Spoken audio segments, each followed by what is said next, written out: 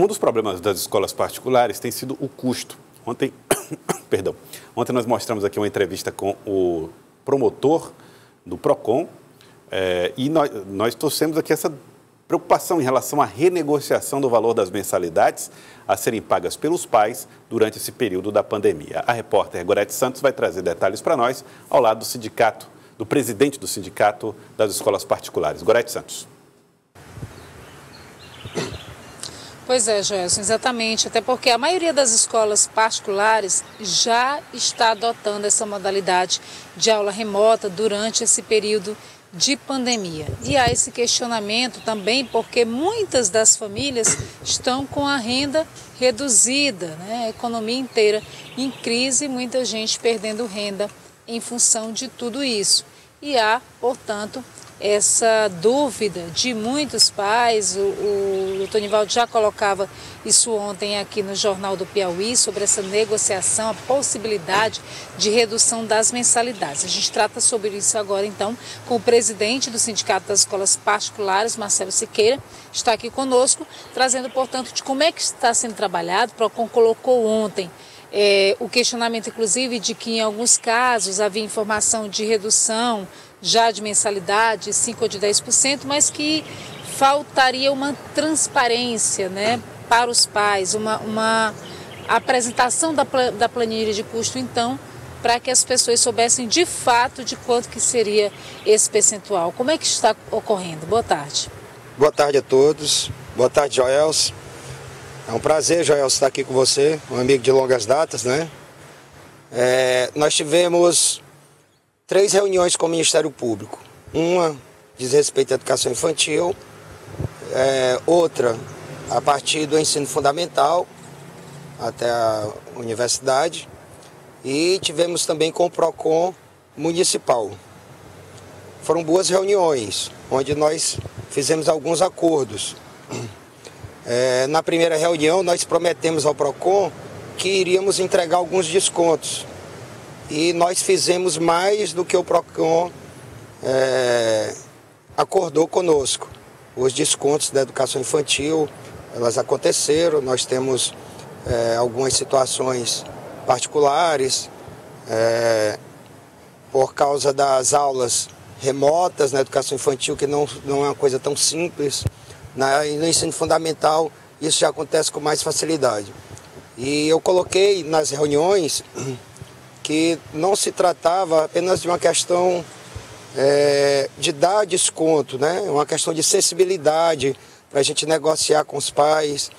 Então, na segunda reunião, que foi do ensino fundamental, nós nos comprometemos com o PROCON de fazer um gabinete de crise em cada escola, para que a gente pudesse negociar individualmente.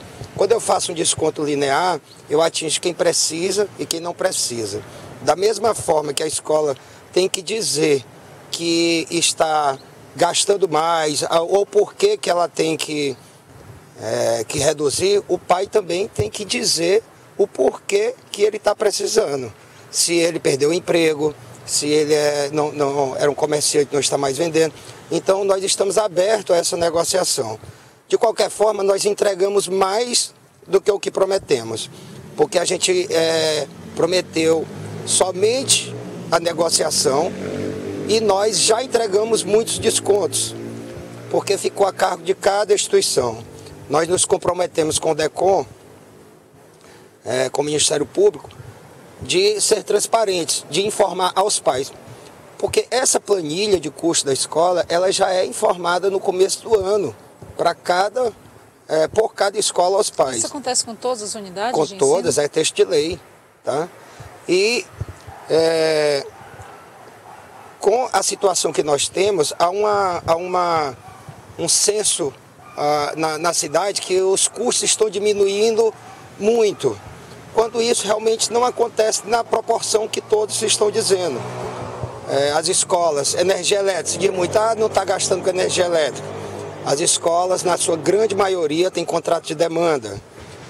O investimento que a gente fez agora para as aulas online foram muito grandes. Desde equipamentos, cursos, e você vai na maioria das escolas, a maioria das escolas está com as salas de aula funcionando, que a gente tem que botar um professor em cada sala. Às vezes o professor tem condição de ficar em casa, mas tem um outro funcionário que tem que estar lá junto na sala com o professor. Plataformas que são pagas na sua grande maioria em dólar. Investimentos na área pedagógica. Nós transformamos as escolas em verdadeiros estúdios. Então, contratação de pessoal qualificado de TI. Eu poderia sair enumerando aqui dezenas de gastos extras que nós tivemos. Nós estamos lutando no momento para a gente preservar os empregos dos professores, para que a gente consiga garantir a integralidade do salário dos professores que tanto estão trabalhando, tá? Buscamos acordo coletivo com o Sindicato dos Professores, que ainda não esgotou as negociações. Então, assim, há uma situação que a nossa planilha de custos, se a gente fosse fazer ao pé da letra, ela iria aumentar.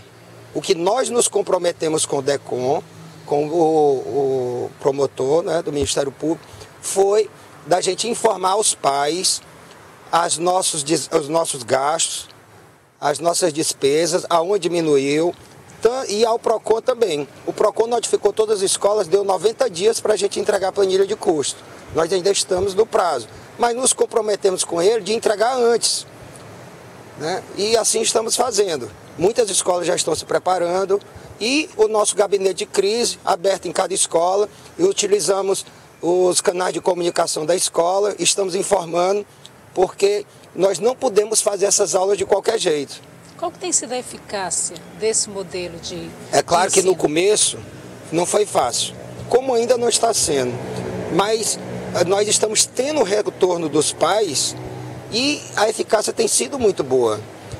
E nós estamos embasados em orientações do Conselho Nacional de Educação, onde não é só você dar aula, nós temos que ter o feedback do aluno. Agora foi regulamentado uma questão das avaliações, como vão ser.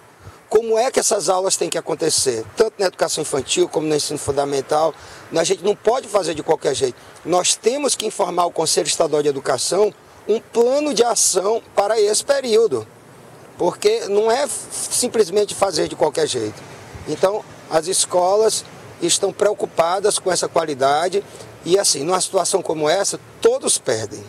A escola agora está preocupada em se manter aberta, em se manter viva, preservar os empregos e fazer com que os alunos não passem tanto tempo sem acesso ao conhecimento, que a gente realmente tenha resultados.